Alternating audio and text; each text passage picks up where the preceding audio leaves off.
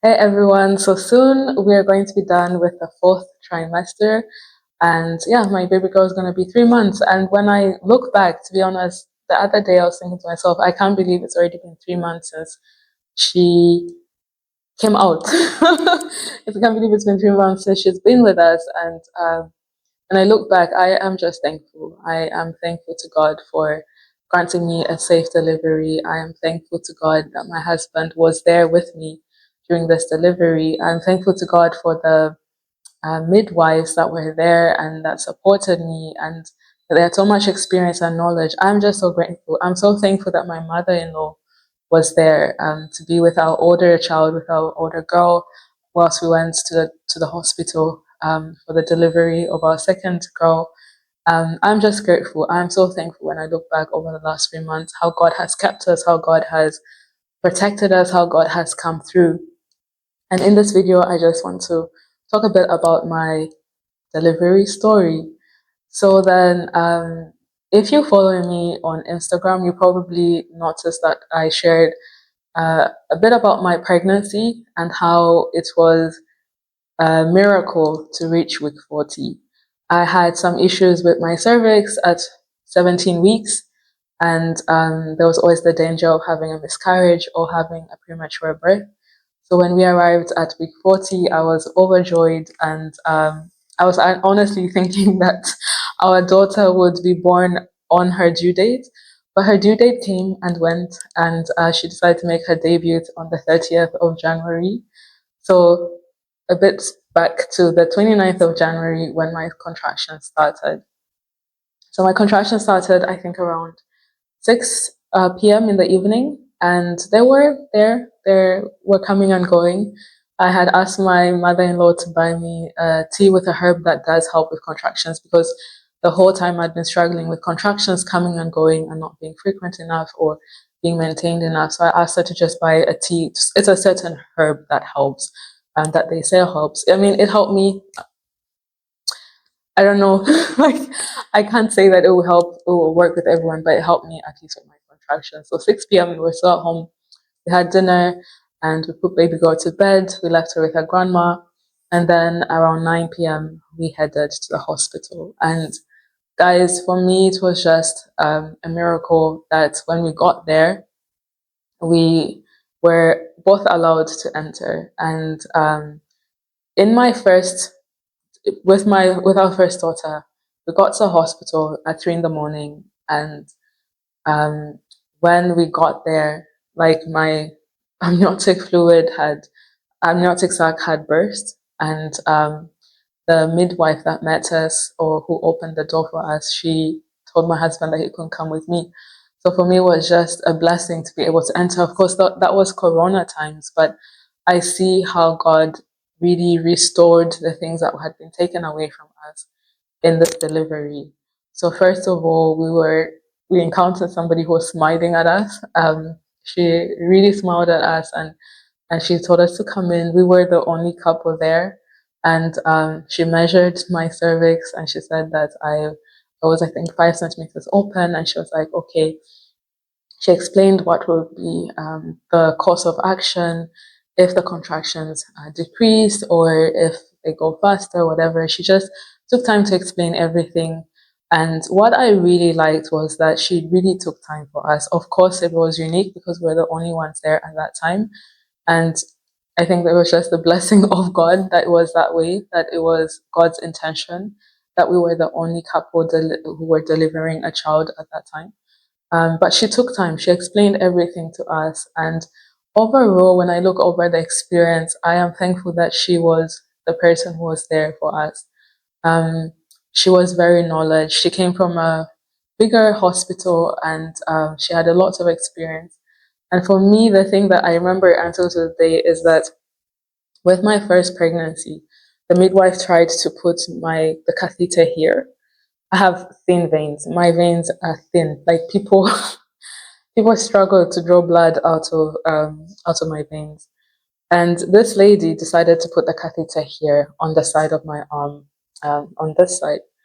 And it was not painful. Like, this side is always uncomfortable for me, but here on the side, it was so comfortable and so quick. Like, she found the vein almost immediately. And yeah, anyway, so she explained everything to us, how we'll go about it. The contractions were not strong enough, and so I went out again with my husband to walk around to get things moving. But it was cold. It was honestly a cold night. And in the end, we just decided maybe I'll get too tired from all the walking. And at some point, I actually fell asleep. I asked my husband to give me a massage, and I fell asleep. And then I woke up again and I was like, oh, I'd actually fallen asleep. But yeah, my husband was there with me. He was so encouraging. And I woke up again. The midwife also prepared tea. And then she told me that, okay, things are going too slow because they also had the CTG and they were seeing how frequent the contractions were, how strong they were as well. And she was like, it's going a bit slow. So I would advise that I give you some medication that would help with the contractions, but at the same time also give you a painkiller so that the contractions are not too strong. But she explained it to me and really explained to us like what it is. It's not an induction because I already had contractions, but it was just to get things going. Because at some point when you're not opening and things are not changing, you would end up in surgery as well.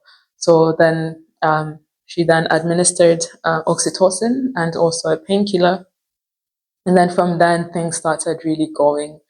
Things started moving, and I was also on this gym ball. I was doing a bit of dancing, and guys, oh my word, let me not forget this part. The thing that really touched and spoke to me is that I don't have Spotify Premium, and but I have some songs that I like that I've saved on a playlist. But it was as if I had Premium because the songs that were coming were just they were so they were so intentional and so purposeful. There was a song from a Zambian artist, Pompey, that talked about climbing up the mountain and reaching the top and looking over the journey. And that really spoke to me because it was a journey. Like the whole pregnancy thing was climbing up a mountain, and now we're coming to a place where we could see the end result, the beautiful view that you get to see at the top of the mountain. And that spoke to me. And then there was also one that was talking about victory in Jesus. And there were just so many songs that were just like bam, bam, bam. Like I felt like the Holy Spirit had just selected that playlist for me, to be honest. And it encouraged me, and it's and it just encouraged me. And I forgot another point before we left. When I noticed that the contractions were coming, at home we had a time of worship and prayer. So we took out our prayer, like our books with songs. And there's this song that I had always been singing throughout the pregnancy about God bringing us safe to shore. It's a song by I think Rent Collective, and it talks about how Jesus is our lighthouse, and even when we're in the storm and everything, He will guide us and He will bring us safe to shore. And I sang that song, and I also loved the song that my mother-in-law chose, a German song that talks about how we are expecting to receive something good and beautiful from above. And we prayed and then we left home. And then when we got to the hospital, my playlist from Spotify was also just intentional. But yeah, so anyway, she gave me the medication, and the contractions were coming more. But at some point, the painkiller was too strong. I felt like I was falling asleep. And I told them, I was like, because she came back and she told me my shift is almost ending and I'm so sorry that I have to go. But my shift is ending, but my colleague is going to come. I trust her, I know her, and she would really guide you and she'll be there for you as well. So when she came to say goodbye, I told her like, "Hey, Sarah, this painkiller is too much. I feel like I'm gonna sleep. I feel like I'm losing conscious, you know." And she was like, "No, it's fine. That's just the effect, so that you can relax and breathe." So she left, and then the new midwife came, and I was like, "No, you need to stop this medication." I feel like because the good thing as well was that it was my second pregnancy, so I knew when it was going to be time to start pushing. So then I started feeling pressure, and I was like, I need to be awake so that I know what I'm doing. So eventually the midwife quickly took off took off the painkiller medication, but she left the oxytocin that helped with the contractions. And then I was like, I need to go to the restroom. I really need to pee. Because sometimes, for those who have delivered before, oftentimes when you're meant to push, it starts feeling as if you need to do a poo. Too much information for some of you. But anyway, we went to the toilet, and then on the toilet, I felt like, okay, it's the child is really coming. So we quickly, slowly, I was in pain. And I was holding on to my husband the whole time, and he was encouraging me and just telling me that it's almost over, we're almost done. So from the toilet, we walked slowly, quickly back to the delivery room, and the midwife who was there,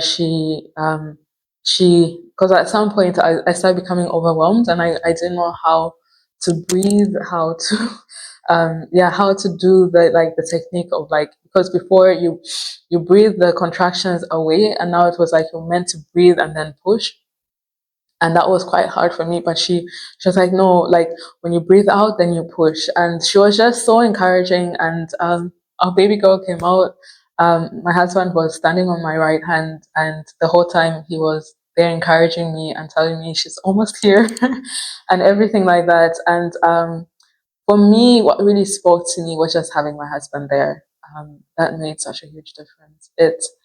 It was having had to experience being alone in the delivery room with our first child. It was definitely different to have my husband there this time, and I was just so grateful for his support. And the atmosphere was just so different, because in the first time, I thought that the midwife was very new. I think she was just learning. um, I had the impression that she didn't know what she was doing, not in a negative way, um, but she was very new to the whole delivery work, so to say. But this time, I really had a team of people who knew what they were doing. But having my husband there just made so much difference. And um, because I had a few stitches here and there. But at the end of the day, when they were stitching me up, he was with our baby girl. And yeah, it's just, I see God's restoration, not to speak anymore, but I just want to share about how God restores things.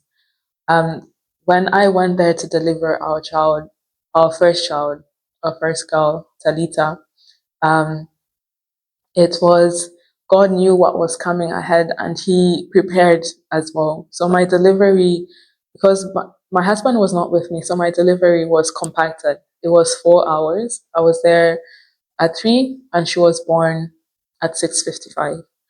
My amniotic sac had burst at home.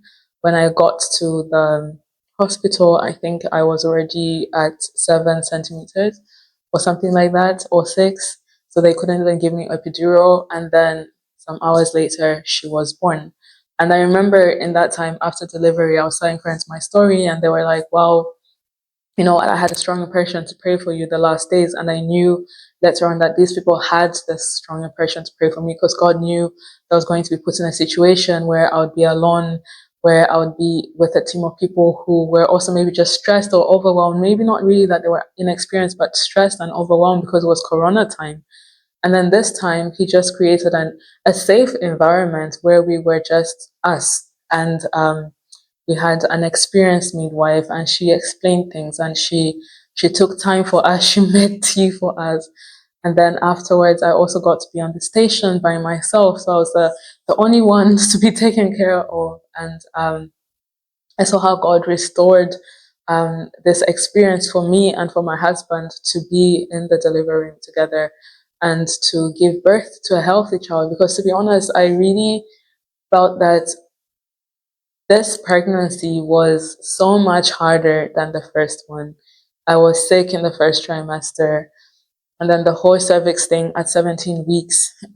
With my first child, with Talita, it was at 23 weeks, so it meant at least she'll be quicker in the safe zone. But now it was too early. Um, And then I was stuck in Zambia and heavily pregnant, and I didn't know how to travel. I couldn't travel back to Germany alone, and just so many things. But I just thank God for His grace and His mercy in giving us back things that situations or the enemy would take from us, would steal from us. And my husband and I are just so grateful for our baby girl. We're so grateful for our two girls that they're here with us, considering that both of my pregnancies were high risk pregnancies. So yes, that's a bit of my delivery story. For me, it's just a testimony that she was born after 40 weeks. Considering my cervix issues and everything, that she was born healthy and that she was born in January, on the 30th of January, because at some point my gynecologist thought she would be born on the 1st of February. So that's just my very first video. A bit long, a bit here and there, because I'm still trying to get used to recording videos to telling you guys. But I just want to give God the glory for granting us another child, granting us a healthy child, and a lot of responsibility. I'm quite busy, but I am grateful. I am so thankful. And I'm sure you have something to thank God for that He has done in the last few months of this year. And I encourage you to type down below, what are you thankful for? What has God done in your life that you're thankful for? And I'll catch you in the next video. Bye.